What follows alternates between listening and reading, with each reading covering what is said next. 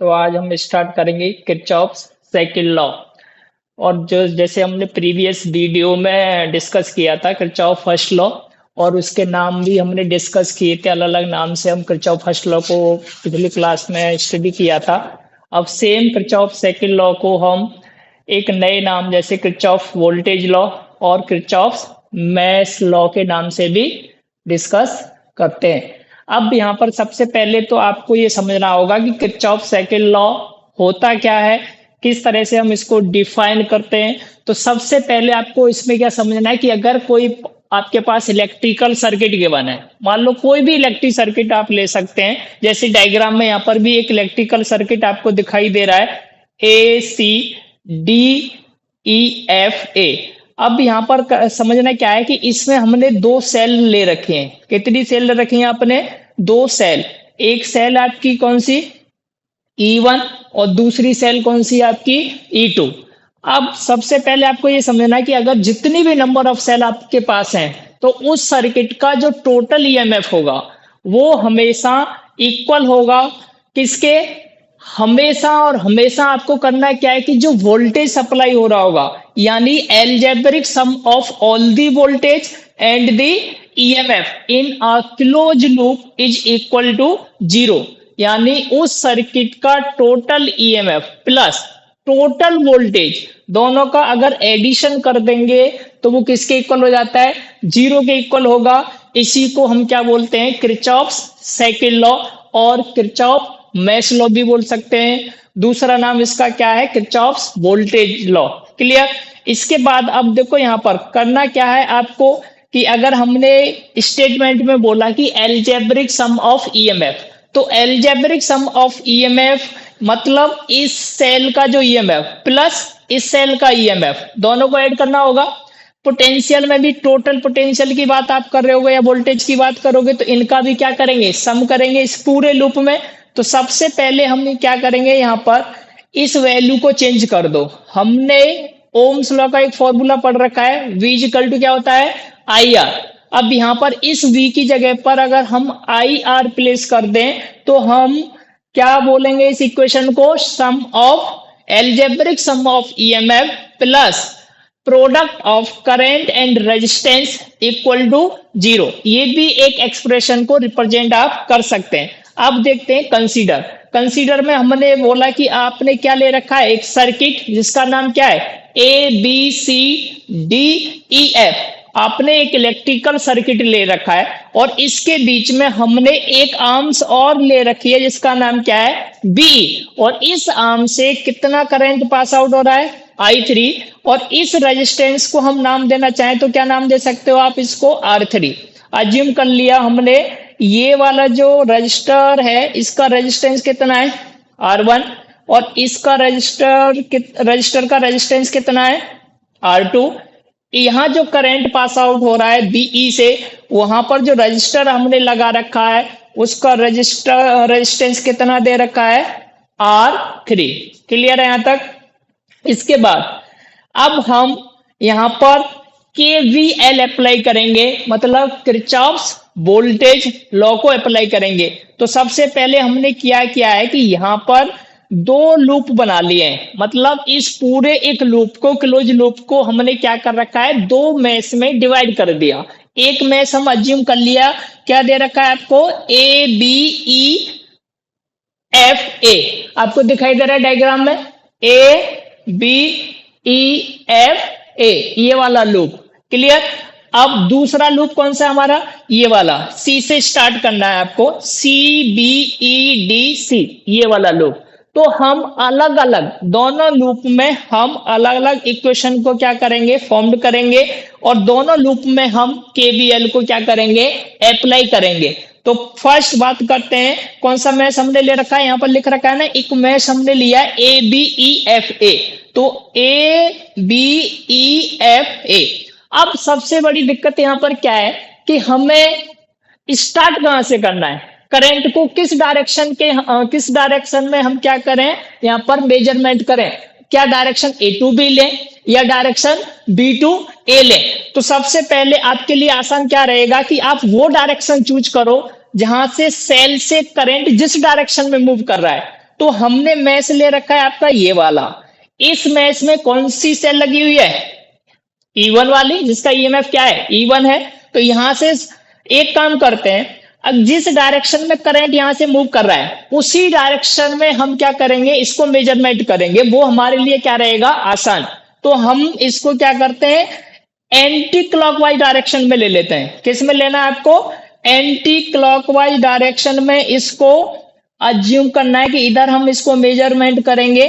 तो अब मान लो इसकी डायरेक्शन हमने इस तरह से रिप्रेजेंट कर दी, ये डायरेक्शन हो गई इस वाले मैच के लिए। किसके लिए? A B E F A के लिए। अब सेम काम किस में करेंगे आप? C B E D C के लिए। तो यहां पर देखो, यहां पर करंट, आप सेल कहां लगा हुआ है? आपको सेल दिखाई दे रहा है E2, इधर से करंट इधर सप्लाई कर रहा है। तो आपको इसको क्या अपोजिट, मतलब पहले वाले मैच का ये अपोजिट है कि नहीं, उसमें एंटी क्लॉकवाइज दिखाई दे रहा है। तो यहां पर कैसा लेना पड़ेगा आपको? उसका अपोजिट अगर यहाँ शो करेंगे तो क्या हो जाएगा? ये क्लॉकवाइज डायरेक्शन शो होगी। कोई दिक्कत है यहाँ तक? अब हमने क्या किया, पहले वाले मैच में हमारी जो डायरेक्शन है वो एंटी क्लॉकवाइज है, दूसरे वाले मैच में हमारी जो डायरेक्शन है वो क्या है? क्लॉकवाइज। तो बात करते हैं पहले वाले मैच के लिए। अब देखो यहाँ पर हमें यहाँ एक काम और करना है कि आप जो सेल लगी हुई है वहां से देखो डायरेक्शन ऑफ करंट। तो हमेशा करंट की डायरेक्शन सब लोग जानते हैं क्या होता है, पॉजिटिव से नेगेटिव की तरफ मूव करता है। तो जो रजिस्टर लगा हुआ है वहां पर भी आप क्या करेंगे, उसी डायरेक्शन को लिखेंगे, प्लस से माइनस की तरफ करंट मूव करेगा।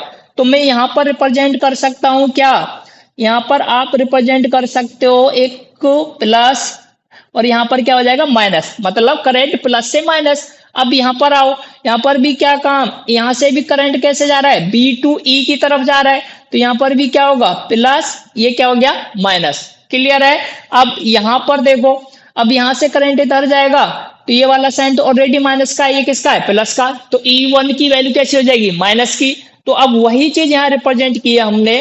अब यहां पर देखो, अगर मैं इस पोटेंशियल, इस रजिस्टर के लिए, इस वाले रजिस्टर के लिए पोटेंशियल की बात करूं तो यहाँ रेजिस्टेंस कितना है R1, करंट कितना है I1, पोटेंशियल कितना होना चाहिए V1 के टर्म में। निकालते कैसे potential, product of this resistance and current.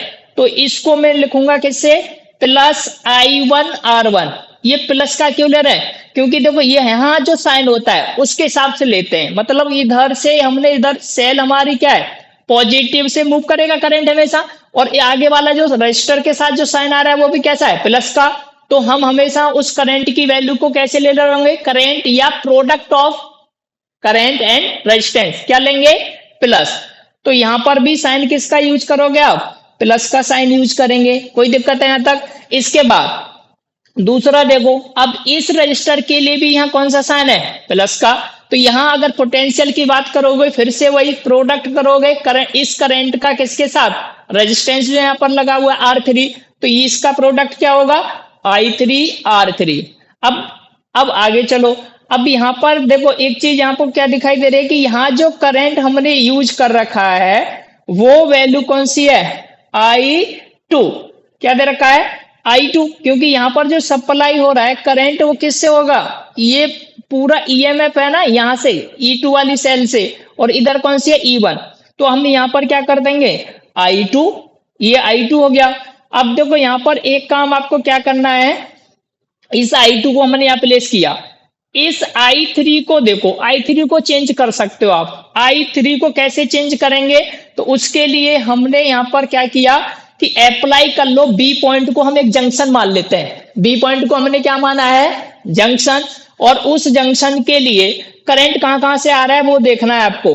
तो देखो बी अगर हमारा एक जंक्शन है, ये आपने अज्यूम किया ना बी क्या है आपका जंक्शन, इस जंक्शन पर क्या करंट इधर से भी आ रहा है, करंट इधर से भी आ रहा है, मतलब करंट टूवर्ड्स दी जंक्शन आ रहा है। तो आप इधर वाले करंट को, वो करंट है कौन सा I2, इधर से जो करंट आ रहा है वो कितना है I1। तो यहाँ पर एल्जेब्रिक सम करेंगे तो क्या होगा I1 प्लस I2, ये दोनों करंट किसके हो जाएंगे पॉजिटिव। लेकिन यहाँ से करंट जा कौन सा रहा है, कौन सा करंट इधर से जा रहा है I3, तो इसको क्या लोगे आप माइनस। तो अब एल्जेब्रिक सम करेंगे इन तीनों करंट का, तो लिखोगे कैसे आप I1 plus I2 minus I3 equal to क्या होगा 0। I3 को उस साइड भेज सकते हैं, तो I3 की वैल्यू आपको क्या मिल जाएगी I1 प्लस I2। क्लियर है यहां तक? यानी I3 की जगह पर हम क्या प्लेस कर सकते हैं, क्या प्लेस कर सकते हैं I3 की जगह I1 प्लस I2, जो कि हमने यहां लिख रखा है। क्लियर है, कोई दिक्कत है यहां तक? This is equation number 1। अब दूसरा मैथ आपको यूज करना है। दूसरा मैथ में क्या है आपका CBEDC, CBEDC ये वाला मैथ आपको दिखाई दे रहा है। क्लियर है? अब यहां से देखो, करंट यहां से जा रहा है, तो ये वाला साइन किसका आ जाएगा प्लस का, ये वाला साइन किसका होगा माइनस का। अब यहां पर आके फिर से वही, ये प्लस ये माइनस, अब यहां फिर से ये माइनस आ रहा है, तो E2 को क्या लेंगे हम नेगेटिव। तो वही चीज हमने यहां पर रिप्रेजेंट की है। क्लियर है? अब देखो यहां पर हमने क्या किया, I2 R2 पॉजिटिव लिया, I2 मतलब प्रोडक्ट किया हमने इस करंट का किसके साथ, इस रेजिस्टेंस के साथ, जो रजिस्टर कौन सा है R2 के साथ है। क्लियर? फिर इसके साथ हमने फिर कौन सा लिया, ये वाला रजिस्टर लिया, और यहां पर रेजिस्टेंस कितना है R3, करंट कितना है I3, तो इन दोनों का हमने क्या कर दिया प्रोडक्ट, वो कितना है आपका I3 R3। क्लियर है यहां तक? इसके बाद हमने क्या किया, अब देखो यहां पर EMF, यानी यहां से फिर करंट ऐसे इधर आ रहा होगा, इधर आएगा, तो पहले अब क्या आ गया माइनस, इधर क्या है प्लस, तो ये तो माइनस से प्लस की तरफ जाता नहीं ना, तो नेगेटिव साइन आपको लेना पड़ेगा, तो यहां पर क्या हो जाएगा E2। तो दिस इज इक्वेशन नंबर 2। एक चीज यहां पर थोड़ा सा करेक्ट करनी है आपको, वो क्या कि यहां पर जो I2 रिप्रेजेंट कर रखा है, ये I2 नहीं, ये क्या है, क्या आपका E1 है। क्या है ये E1, तो यहां पर हम लिख सकते हैं E1, और ये वाली वैल्यू भी क्या हो जाएगी आपकी E1। यहां पर भी हमने क्या रिप्रेजेंट कर दिया E1। Clear? This is equation number 1 और दिस इज इक्वेशन नंबर 2। अब इन दोनों इक्वेशन को हम क्या करते हैं, सॉल्व करेंगे, मतलब सबट्रैक्ट कर दो फर्स्ट इक्वेशन को, फर्स्ट इक्वेशन में से सेकंड को, पहली वाली इक्वेशन में से क्या करना है आपको, सेकंड वाली को सबट्रैक्ट करना है। तो अब यहां पर हमने क्या लिखा, I1 R1 प्लस यहां पर वैसे क्या था I3 था, लेकिन हमने ऊपर चेंज कर लिया कि I3 की वैल्यू किसके इक्वल है, I1 प्लस I2 के इक्वल है, वो हमने यहां रखी है। और मल्टीप्लाई में क्या रेजिस्टेंस कौन सा है R3 minus E1 equal to क्या 0। सेकेंड इक्वेशन वही I2 R2 प्लस फिर से यहाँ I3 था, उसको फिर से मैंने चेंज किया I1 प्लस I2 के टर्म में, और यहाँ R3 minus E2 equal to क्या हो गया 0। बस यहां तक तो आपको करने में कोई दिक्कत नहीं होगी, बस इसको आपको याद रखना है कि ये जो सिंबल हम यूज कर रहे हैं यहाँ पर, ये जो सिंबल प्लस माइनस, वो ध्यान रखना है। वो कैसे ध्यान रखोगे आप, यहां से कि जो सेल पर सिंबल है वहां से करंट जाता है, तो वहां से पॉजिटिव वाली तरफ से आप क्या करोगे, करंट को मूव कराओगे। तो हमेशा जो रजिस्टर लगे हैं वहां पर प्लस रखो, यहां प्लस रखा फिर ये माइनस हो जाएगा, क्योंकि उन पे भी पॉजिटिव नेगेटिव टर्मिनल शो करना है। तो करंट हमेशा पॉजिटिव से नेगेटिव की तरफ क्या करता है, मूव। तो अगर प्लस से माइनस की तरफ है तो पॉजिटिव लेना है, और अगर उल्टा हो जाए अपने आप, कहीं माइनस से प्लस दिखाई दे रहा हो सर्किट में, अगर जैसे यहाँ हुआ करंट इधर से इधर जा रहा है, तो यहाँ माइनस पहले आ गया, तो मैंने इस EMF को क्या लिखा है माइनस का, सेम E2 को भी वही लिखा था। तो ये चीजें थोड़ा सा इसमें क्या रखना है आपको ध्यान, ठीक है। अब देखो ये दो इक्वेशन हमने लिख ली, लेकिन क्या ये कुछ सेम तो नजर नहीं आ रहा था ना, सेम तो नहीं था, कोई कैंसिल आउट डायरेक्ट तो नहीं हो रहा था ना। तो उसके लिए हमने क्या किया, इस सेकंड इक्वेशन के सिंबल जो है, यहां पर क्या सिंबल था प्लस का, वो हो गया माइनस का, चेंज किए हमने सिंबल सॉल्व करने के लिए। यहां भी प्लस है तो ये भी माइनस, यहां माइनस है, तो अब यहां पर देखो यहां माइनस है, तो यहां पर क्या करेंगे हम प्लस का सिंबल यूज करेंगे, जो माइनस है वो प्लस हो जाएगा। तो ये चीजें आपको क्या करनी है, यहां पर प्लेस करनी है। क्लियर? इसके बाद अब देखो यहां पर और क्या, अब मैंने जैसे ही साइन बदले यहां से, तो I1 प्लस I2 ऊपर, I1 प्लस I2 नीचे, रेजिस्टेंस भी R3 नीचे भी रेजिस्टेंस R3, सिंबल कैसे, यहाँ प्लस यहाँ कैसा हो गया माइनस, दोनों कैसे हो सकते हैं कैंसिल आउट। तो यहां पर क्या बचेगा I1 R1 और ये क्या है -I2R2। तो ये तो कैंसिल आउट नहीं हो सकते ना, अलग अलग चीज है। यहाँ करंट अलग है, यहाँ पर भी करंट अलग है, यहाँ रेजिस्टेंस भी अलग है, यहाँ पर भी अलग, और ये भी वैल्यू भी डिफर है। तो अब क्या करेंगे, इनको लिखेंगे कैसे? तो इसको पहले लिखा, माइनस इसको रिप्रेजेंट किया।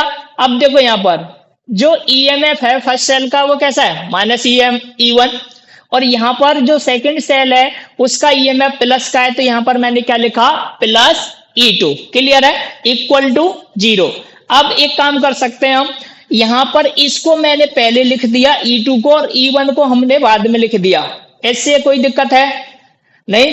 अब इसके बाद क्या कि इसकी वैल्यू को समझो, ये क्या है, प्रोडक्ट ऑफ आई आर है कि नहीं है, यानी हम क्या बोल रहे हैं, ये प्रोडक्ट ऑफ आई आर।